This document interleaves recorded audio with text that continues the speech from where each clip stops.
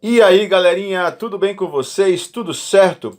Bora lá para mais uma aula de química e hoje nós vamos começar a falar de ligações químicas. É isso mesmo, pessoal. Bom, para introduzir esse assunto, eu poderia ter escolhido várias substâncias.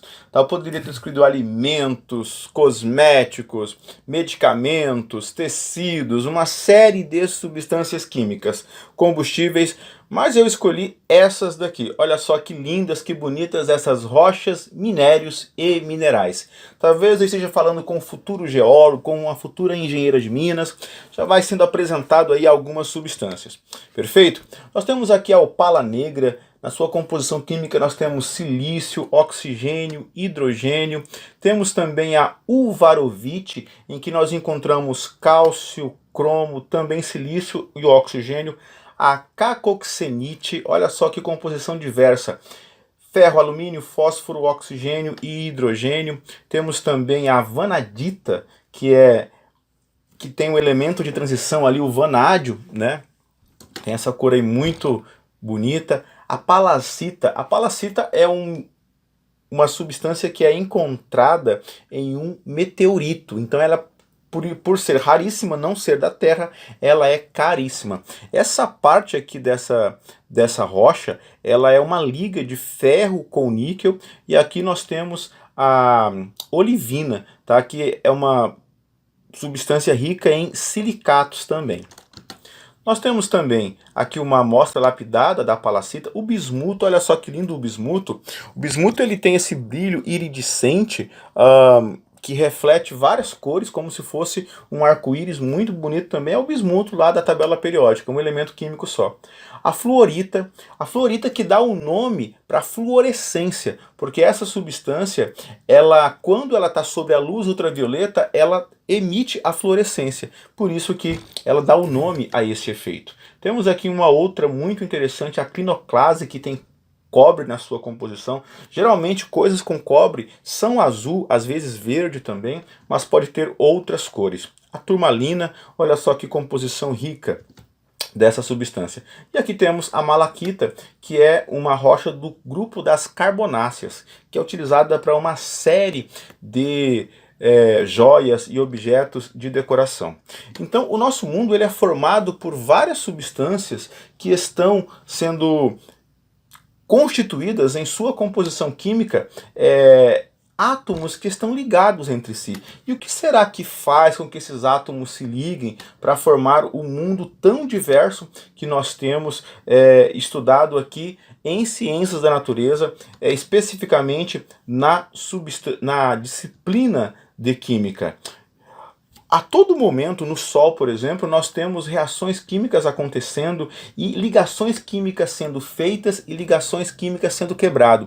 A mesma coisa também acontece em um momento em que uma célula está se dividindo. As ligações químicas estão sendo formadas e estão sendo destruídas. Aqui nós temos um trecho de uma fita de DNA. Isso mesmo. Como será que esses átomos estão ligados aqui nessa fita desse DNA? Aqui eu tenho átomos de fósforo, de oxigênio, de enxofre, de nitrogênio. O que faz com que esses átomos fiquem unidos? É isso que nós vamos passar a entender nessa aula de hoje. Olhando para uma gotícula de água, como que nós vemos essas moléculas de água ali naquela gotícula? Elas estão ligadas entre si, tá? Uma molécula está ligada a outra molécula por um tipo de ligação que ainda nós vamos estudar, mas também um átomo está ligado a um outro átomo. E aí essas moléculas que estão vibrando, elas têm um certo grau de vibração, que pode ser medido, estudado para cada molécula também, mas como que um átomo de oxigênio, por exemplo, nessa molécula de água, ele está ligado aos seus dois outros átomos de hidrogênio? O que faz com que essas forças elas se atraiam? O que faz com que essas moléculas fiquem ligadas? Então nós vamos ter que olhar, a partir desse momento, para a eletrosfera do átomo.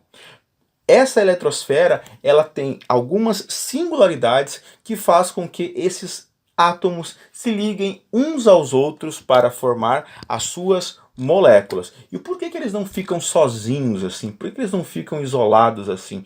O que faz com que um átomo fique sozinho ou que ele se ligue com outra molécula? É isso que nós vamos entender aqui na aula de ligações químicas. Bom, nós sabemos, já é de conhecimento da ciência, que alguns poucos elementos da tabela periódica, eles aparecem naturalmente isolados. São os gases nobres, o radônio, o argônio, o criptônio, o xenômio e o hélio. Isso é interessante para o nosso estudo. E por isso que eles são chamados de gases nobres, né? Como se fosse algo da realeza, algo da nobreza. O que será que esses gases nobres têm?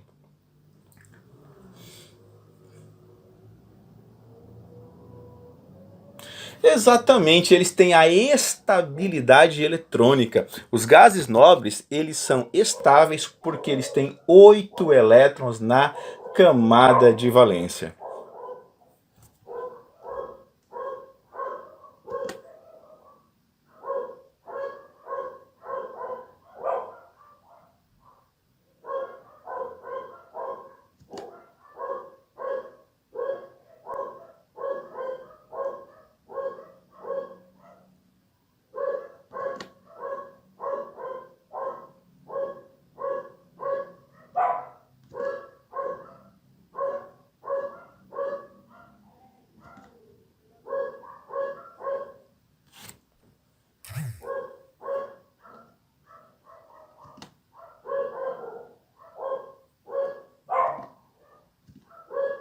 Bom, pessoal, espero que você tenha se divertido aí com essas piadinhas nerds, né?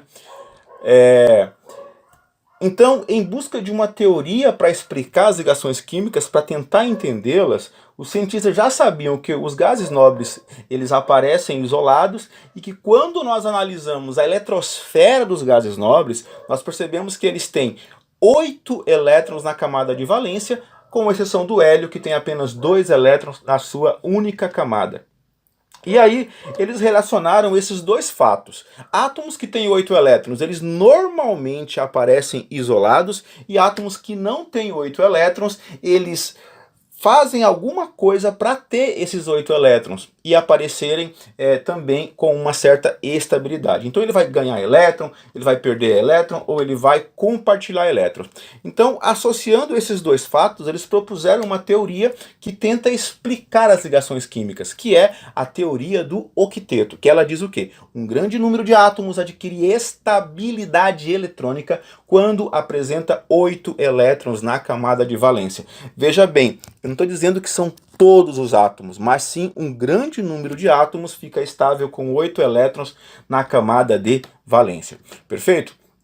Bom, então nós temos aqui os gases nobres, olha só como que é a distribuição deles. Nós percebemos que na última camada deles nós temos 8 elétrons, com exceção do hélio. Olha só, o hélio ele é um caso especial, mas fácil para entender. Por quê? Porque ele só tem a camada K, e a camada K só comporta 2 elétrons. Você nunca vai ver o primeiro nível de energia com 3, com 4 elétrons. Ali só cabe 1, que é o caso do hidrogênio, ou 2, que é o caso do hélio. O hidrogênio não existe isolado, ele sempre faz alguma ligação para ter 2 elétrons. E o hélio, ele já existe isolado, porque ele já tem os seus 2 elétrons. Perfeito? Então, com exceção da primeira camada, as outras ficam estáveis com 8, mas a primeira fica estável com 2 elétrons. Perfeito? Aqui nós temos a distribuição por camadas, né? Aqui nós temos a distribuição por subcamadas, por subníveis, e aqui a distribuição por camadas ou por níveis. Então você observa que na última camada de cada um dos elementos você tem 8 elétrons. Organossônio, 8 elétrons na última camada. Radônio, 8 elétrons na última camada. E assim por diante. Perfeito? Então, o que nós temos na tabela periódica? Eu costumo chamar aqui, nós temos a nobreza, né? Os gases nobres, e à esquerda da tabela eu tenho a favela, ou seja, os elementos que não têm estabilidade, que eles vão buscar essa estabilidade fazendo as ligações químicas, porque se eles não fizerem assim, eles não existem. Eles só existem sendo estáveis. Perfeito? Bom, e aqui nós temos algumas ilustrações mostrando os gases nobres novamente, hélio com 2 camadas, hélio com 1 camada, neônio, voltando aqui. o hélio com uma camada, 2 elétrons nessa camada. Aqui nós temos o neônio com as suas 2 camadas, o argônio com 3 camadas, e aí vamos descendo pela família. O criptônio com 4 camadas, o xenônio com 5 camadas e, por último, o radônio com 6 camadas. Mas todos eles, com exceção do hélio, têm 8 elétrons na camada de valência. Bom, essa teoria ela tem algumas limitações, tá? Então já vá sabendo que a teoria do octeto ela apresenta exceções. Tá? É uma regra que nós temos exceções para essa regra. Ela funciona muito bem para os elementos representativos. Então, elementos que estão no bloco S ou no bloco P da tabela, mais à esquerda ou mais à direita, eles seguem muito bem essa teoria do octeto. Agora, quando nós vamos para o meio da tabela ou para a parte de baixo, que são os elementos de transição externa ou interna, aí nós vamos ter esses elementos ficando estáveis com um número diferente de 8 elétrons na camada de valência. Então, aí teremos muitas exceções, tá? E os gases nobres, eles acabam fazendo ligações químicas raramente, mas fazem. E aí quando eles fazem, eles também ficam estáveis com um número diferente. Pessoal, então só fazendo aqui um mapinha mental, bem resumidinho, nós temos então 3 tipos de ligações químicas. A ligação iônica, tá, que sempre ocorre entre metal com ametal. Ali você vai ter transferência de elétrons e vai ser formada uma estrutura chamada de retículo cristalino iônico. Na ligação covalente, nós vamos ter um ametal ligando com outro ametal, eles vão compartilhar elétrons, aqui não vai ter transferência, não vai ter um perde, o outro ganha, vai ter compartilhamento e vai formar uma estrutura chamada de molécula, tá? E por último nós temos a ligação metálica, como o próprio nome já diz, ela acontece entre metal ligando com metal, onde os elétrons vão estar livres entre os cátions desses metais e vai formar uma estrutura chamada de retículo cristalino metálico. Nós vamos estudar então cada uma dessas ligações nas próximas aulas. Valeu, um abraço, até lá!